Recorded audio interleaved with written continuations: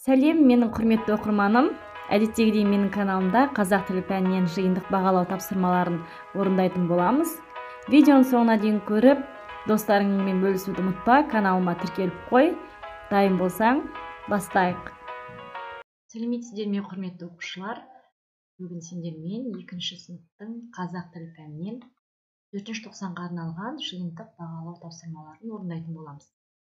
Ал қанекей тапсырмамен танысып шығайық.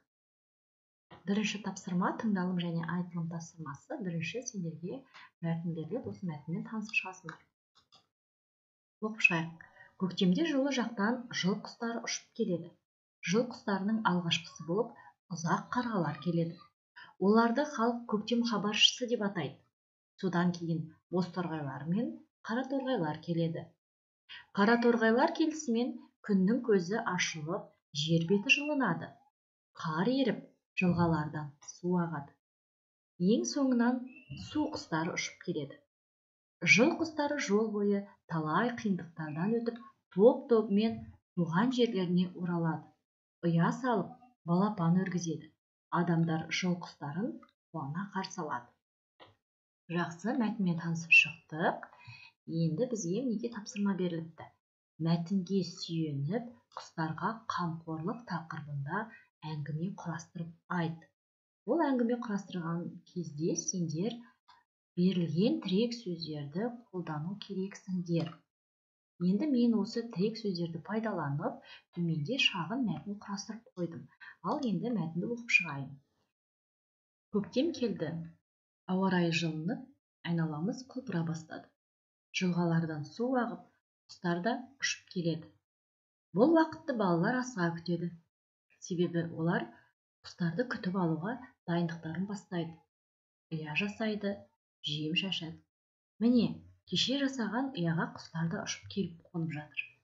Балалар қуана тамашалап. Неге бізде айтылым тапсырмасы дайын? Енді келесі оқылым тапсырмасын өтейік. Бірінші тапсырмамызды қарап көреміз, танысып аламыз. Бірінші, мәтінді түсініп оқы, сұрақтарға жауап бер. Жыл сайын мамыр айында Жомарттың әкесі үйінің жанына бір түп жас қарағай көшетін отырғызады.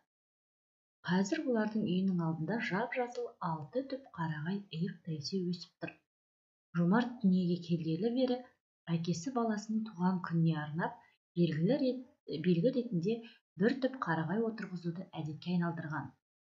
Енді міне 7-ші қарағайда осы мекеннің сәні болып жайқалады. Мәтінді мұқият оқуға тырысыңдар, оқушылар. Қажет болған жағдайда 2 рет қайталағандарың дұрыс. Енді сұрақтарға жауап берейік. Әкесі Жомарттың туған күніне қандай сыйлық жасайды?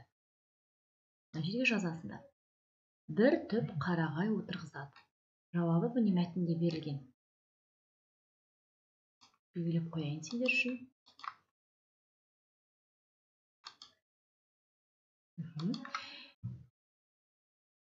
Екінші сұрақ. Жомарт қазір неше жаста деп ойлайсың? Дұрысын белгілеу керекпіз.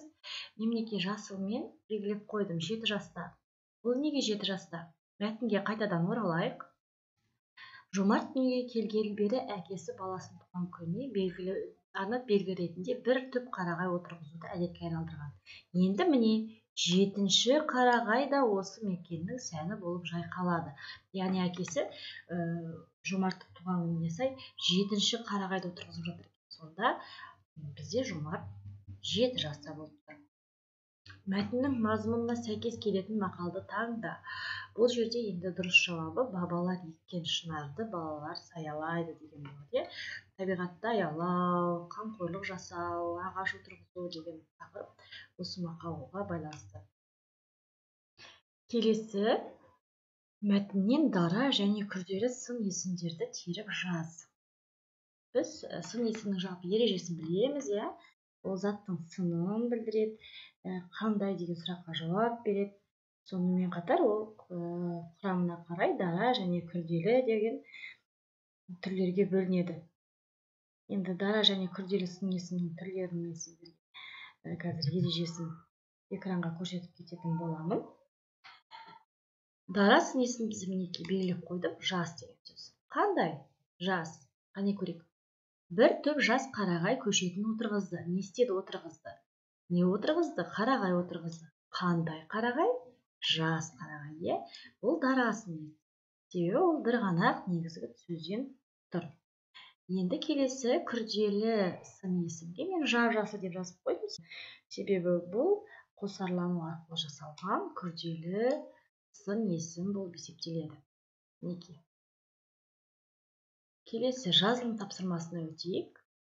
Берілген суреттердің біреуін таңдап, сызбаға сүйеніп, сурет бойынша әңгіме мәтінін құрастырып жаз. Сызбаға назар аударайық, балалар. Оқиға неден басталады? Әрі қарай не болады?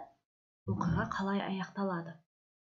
Яғни, біздің қазір құрастыратын әңгімеміз осы жүйеде құрылуы қажет. Мен қазір алдын ала дайындап қойған әңгімемді сендерге оқып берейін. Бірінші сурет бойынша. Асан нағашым балық аулағанды жақсы көреді. Кеше кешкісін қармағын дайындап қойған.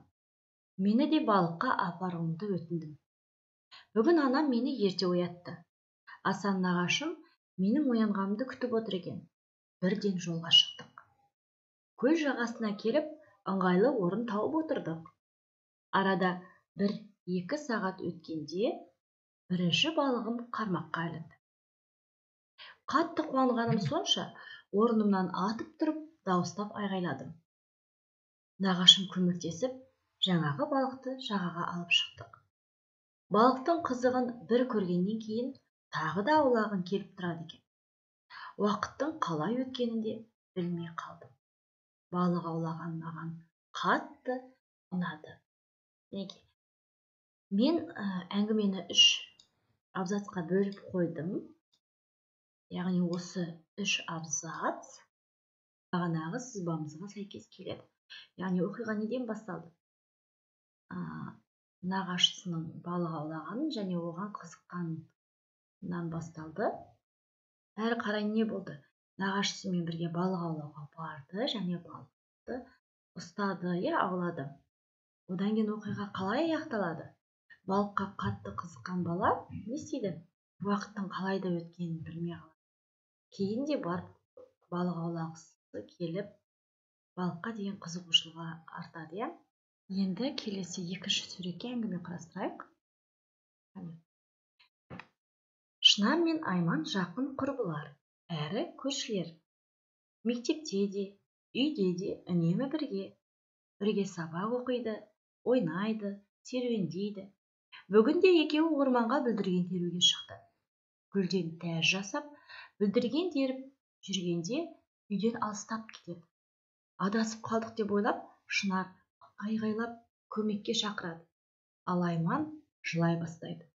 Бір кезде қастарына Шынардың күшігі келеді. Күшік үйге барар жолды біліп алыпты.